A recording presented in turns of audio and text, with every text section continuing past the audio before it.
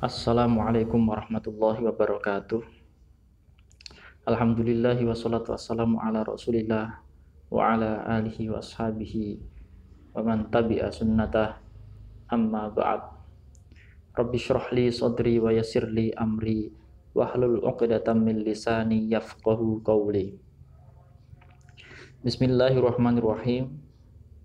Insyaallah santri-santri semua, kita di pertemuan ini akan mengulas sedikit materi tambahan tentang sifat 50 atau akidah 50. Sudah dijelaskan sebelumnya bahwasanya akidah 50 ini adalah meliputi sifat-sifat bagi Allah dan sifat-sifat bagi para rasulnya. Bagi Allah dari 50 ini mempunyai 41 sifat atau terdapat 41 sifat, dan bagi Rasul sisanya yaitu ada 9. Dari 41 sifat Allah itu terkategorikan menjadi 3 macam. Pertama, sifat wajib bagi Allah. Kedua, sifat mustahil bagi Allah. Ketiga, sifat jaiz bagi Allah. Nah, itu semuanya sudah kalian baca dan sudah kalian hafalkan semuanya, alhamdulillah. Sekarang kita mengulas lebih detail ya dari pembahasan itu. Yang pertama adalah sifat wajib bagi Allah. Yang dimaksud sifat wajib bagi Allah, sebelumnya semestinya saya sudah menjelaskan, namun ini secara tertulis dan saya mintakan dari kalian untuk ngeprintnya itu supaya tertulis dan dibaca bisa. Sifat wajib bagi Allah adalah sifat yang harus ada pada zat Allah. Ada berapa sifat wajib bagi Allah? Ada 20. Sifat yang harus ada pada zat Allah sebagai kesempurnaan baginya. Gitu. Sifat wajib bagi Allah yang diawali dari sifat wujud, qidam baqa, mukhalafatu lil hawadithi, dan seterusnya sampai terakhir basiron mutakallima. Itu adalah sifat-sifat yang harus ada pada Allah Subhanahu wa taala. Tidak mungkin Allah tidak mempunyai sifat-sifat tidak mungkin Allah tidak mempunyai sifat-sifat tersebut. Maksudnya lazim, wajib bagi Allah mempunyai sifat-sifat tersebut. Karena sifat-sifat itu sifat-sifat yang menunjukkan kesempurnaan Allah. Gitu. Dan sifat mustahil Allah adalah sifat yang tidak layak dan tidak mungkin ada pada Allah. Sifat yang tidak layak dan tidak mungkin ada pada zat Allah. Apa aja itu? Ya, bentuknya adalah sifat-sifat kebalikan dari sifat wajib Allah. Nah, sifat wajib Allah itu ada wujud pertama. Kebalikannya apa? Adam. Artinya tidak ada. Allah wajib bersifat qidam. Allah berarti mustahil bersifat hudus, yaitu kebalikannya. Allah wajib bersifat baqo, artinya kekal.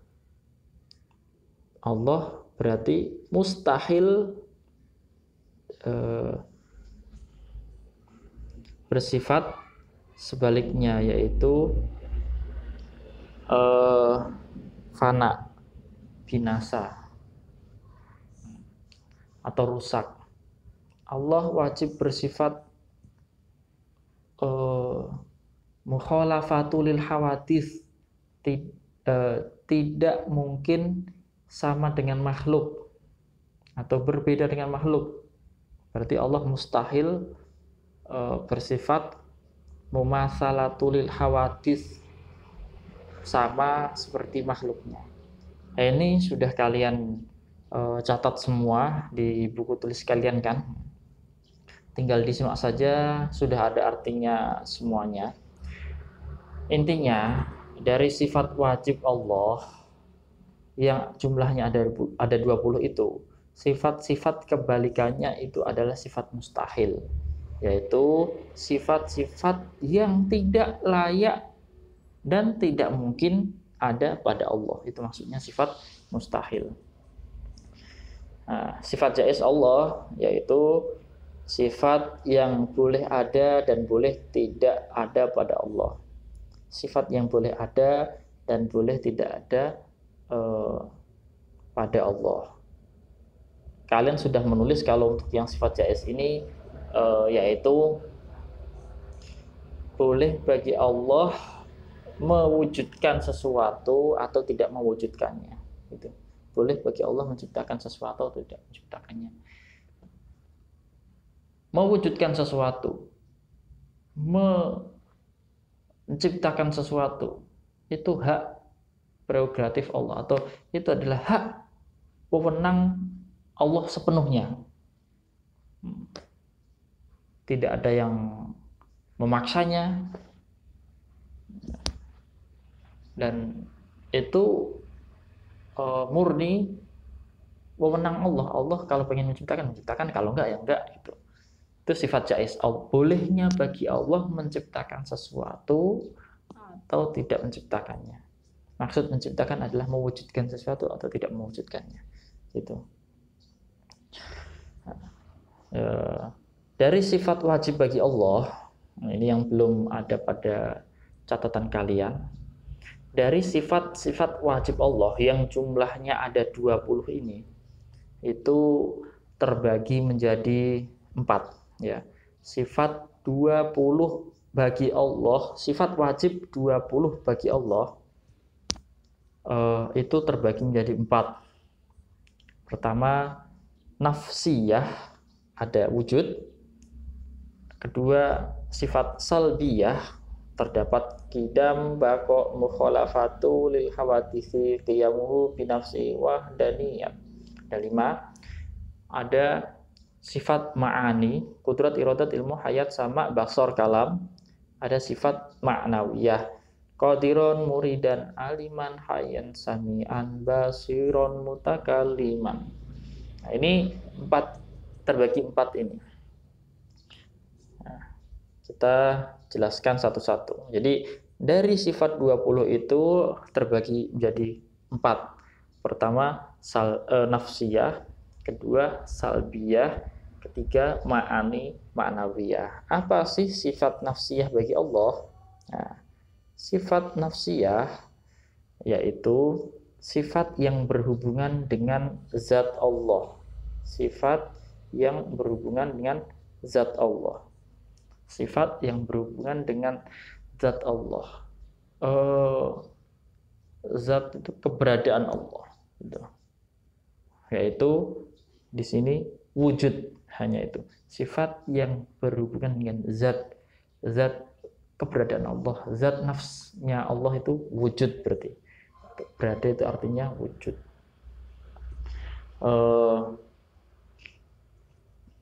Selanjutnya sifat salbiyah, yaitu sifat yang meniadakan adanya sifat sebaliknya. Sifat yang meniadakan adanya sifat sebaliknya. Salab itu artinya meniadakan. Salab, menarik, meniadakan. Nah, sifat salbiyah itu sifat yang meniadakan sifat sebaliknya. Ada 5. Pertama, qidam. Artinya apa? Dahulu. Sifat ini meniadakan sifat sebaliknya, yaitu artinya kebalikannya dahulu apa? Hudus atau baru. Ya. Contoh lagi, baqo artinya kekal. Kekal berarti sebaliknya, kebalikannya kekal. Sifat ini meniadakan sifat sebaliknya. Kebalikannya kekal itu fana, yang artinya binasa atau rusak. Berarti Allah tidak binasa, Allah tidak rusak karena Allah kekal. Sifat selanjutnya yaitu mukhalafatul lil hawadisi. Nah, artinya berbeda dengan makhluknya. Sifat ini meniadakan sifat sebaliknya. Kebalikannya sama dengan makhluknya, berarti kebalikannya sifat berbeda dengan makhluknya, berarti sama dengan makhluknya. Sifat ini meniadakan kesamaan Allah dengan makhluk. Qiyamuhu binafsihi, wahdaniyat. Ini semua adalah sifat-sifat salbiyah. Kalau sifat ma'ani itu adalah sifat-sifat abstrak, sifat-sifat abstrak yang wajib atau yang wajib ada pada Allah. Maksud dari abstrak adalah ya, abstrak itu sesuatu yang ada, namun tidak tampak itu. Sesuatu yang ada namun tidak kelihatan, ada tapi tidak kelihatan, tidak terwujud, tidak tampak. Ada tapi tidak kelihatan.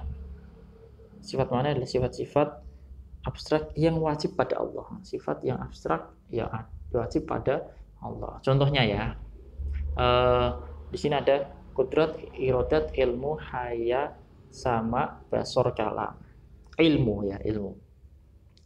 Ilmu itu sifat. Ada yang bisa melihat ilmu. Ilmu bisa dilihat gak? Mana? Wujudnya mana? Tidak bisa. Ilmu nggak tampak, nggak sesuatu yang bisa dilihat. Tapi ilmu ini bisa dirasakan. Gitu. Buktinya kalau ada ilmu itu bisa dirasakan, bisa diketahui. Gitu.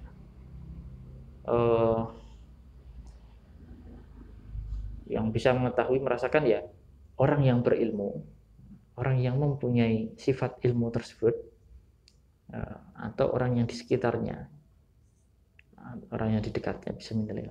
Ini kita menerima ilmu, kita mendengarkan, kita menerima, kita mencari ilmu. Tapi kalau disuruh mencari, suruh mana ilmu bisa dilihat, nggak bisa. Abstrak itu sesuatu yang tidak bisa dilihat tapi ada, tidak tampak tapi bisa dirasakan. Sebagaimana kudrat yang artinya adalah kuasa, yang artinya adalah kuasa atau kemampuan.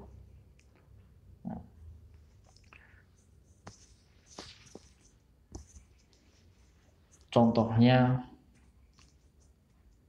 misal ada yang bisa mengetahui kemampuan itu di mana?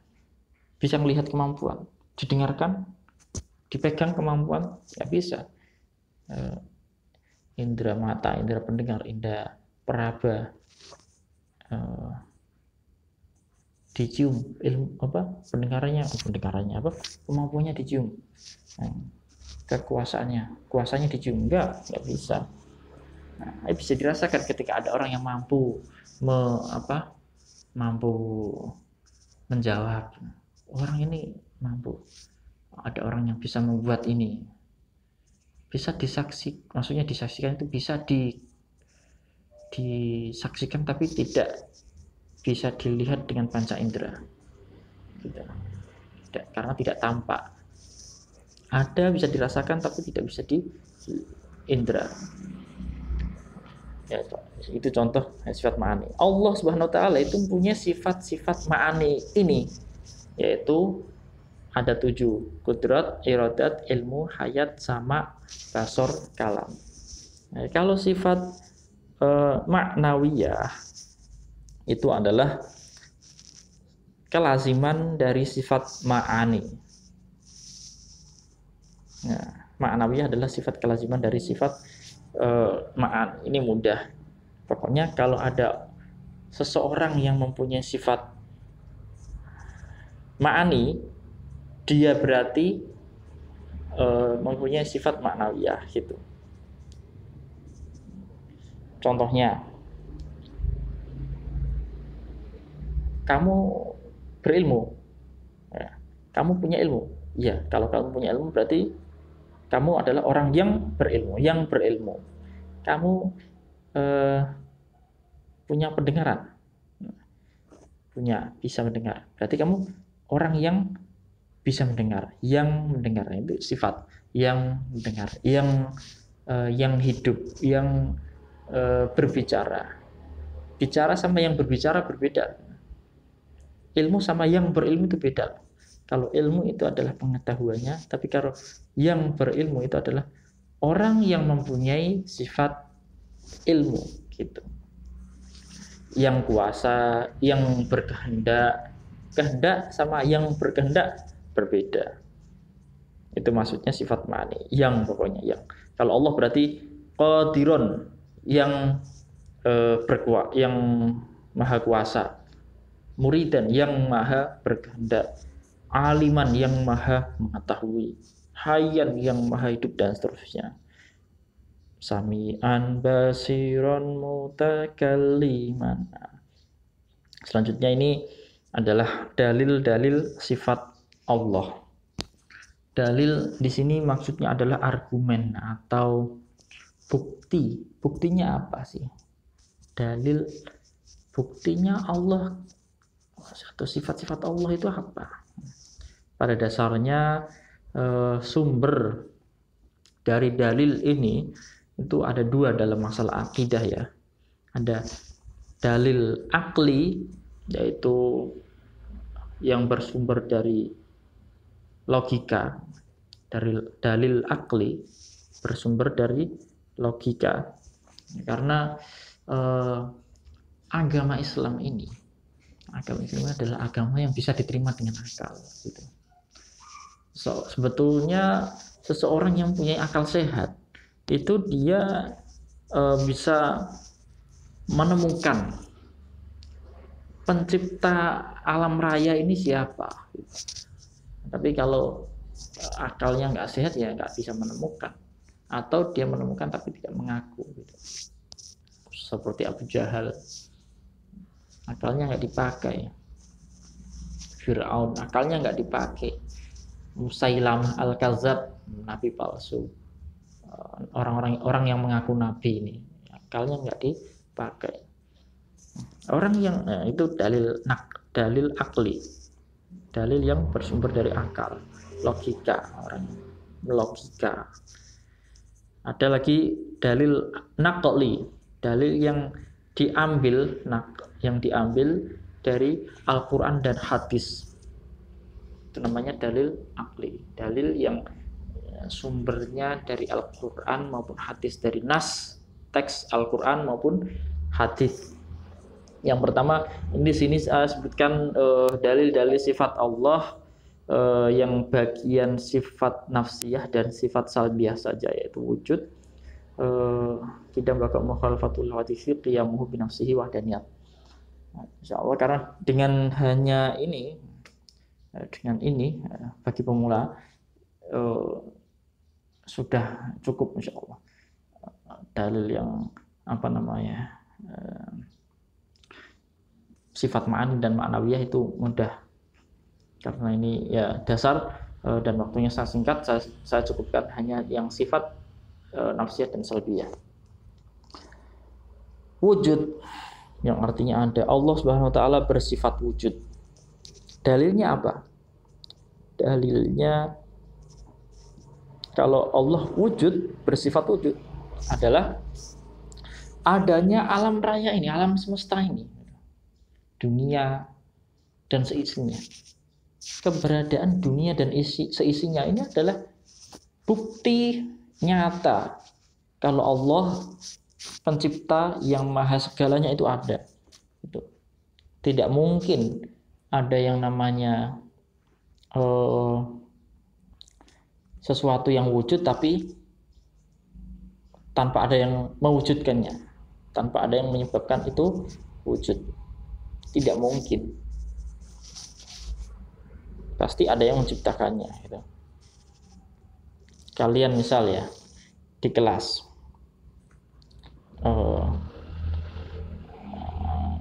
apa namanya, ketika masuk kelas lah, misal kalian pagi-pagi banget masuk kelas kalian, tiba-tiba kalian lihat kelas kalian kok rapi, bersih, wangi. Apakah kalian bakalan menyangka, wah ini wangi sendiri, ini bersih sendiri? Enggak kan? Akal kita tidak menerima. Akal kita menerimanya, oh ini pasti ada orang yang membersihkan, ada orang yang menyapu, yang mewangiin gitu. Karena ya akal yang sehat tidak akan menerima wujudnya sesuatu tanpa penyebab. Pasti ada yang menyebabkan itu ada gitu.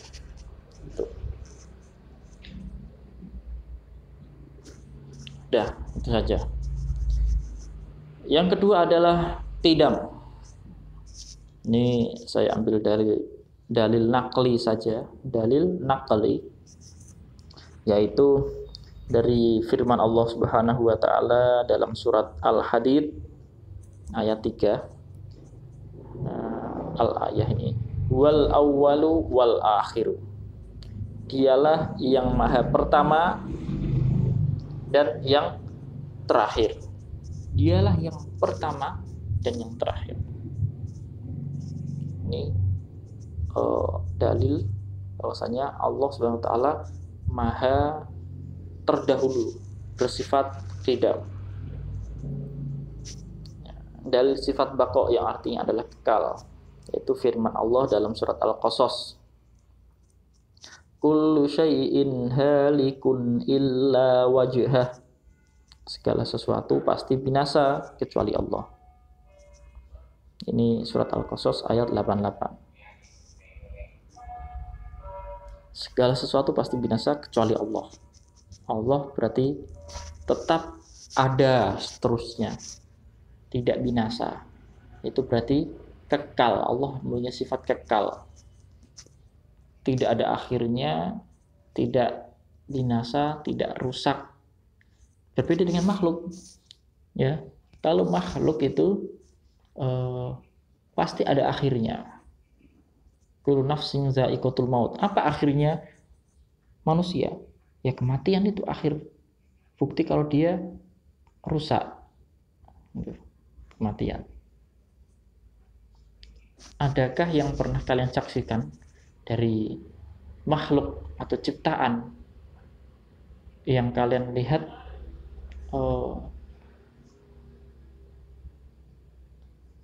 tetap kokoh tanpa ada perubahan, tanpa ada kerusakan? Nggak ada. Jalanan dibuat halus, setelah beberapa tahun pasti rusak. Itu makhluk, karena sifatnya makhluk itu rusak. Mukhalafatul lil hawadithi, dalilnya adalah laisa kamitslihi syai'un, tidak ada sesuatu pun yang serupa dengan dia, yaitu Allah. Karena sifatnya Allah itu berbeda dengan makhluknya. Dalilnya tidak ada sesuatu pun yang serupa dengannya. Nggak ada. Kalau nanti serupa dengan makhluk berarti ya ada kesamaan dengan makhluk. Serupa, ada kesamaan, makanya berbeda. Qiyamuhu binafsihi artinya berdiri sendiri. Dalilnya adalah maksud berdiri sendiri itu tidak bersandar kepada yang lainnya, tidak memerlukan yang lainnya gitu. Innallaha la ghaniyun 'anil 'alamin. Sungguh Allah Maha Kaya, tidak memerlukan sesuatu dari seluruh alam. Allah tidak membutuhkan yang lain, tidak memerlukan yang lain, tidak bersandar kepada yang lain. Kalau kita bersandar, kita hidup tanpa uang bisa. Orang hidup tanpa makan bisa, bersandar pada makanan. Yang masih kecil-kecil tanpa orang tua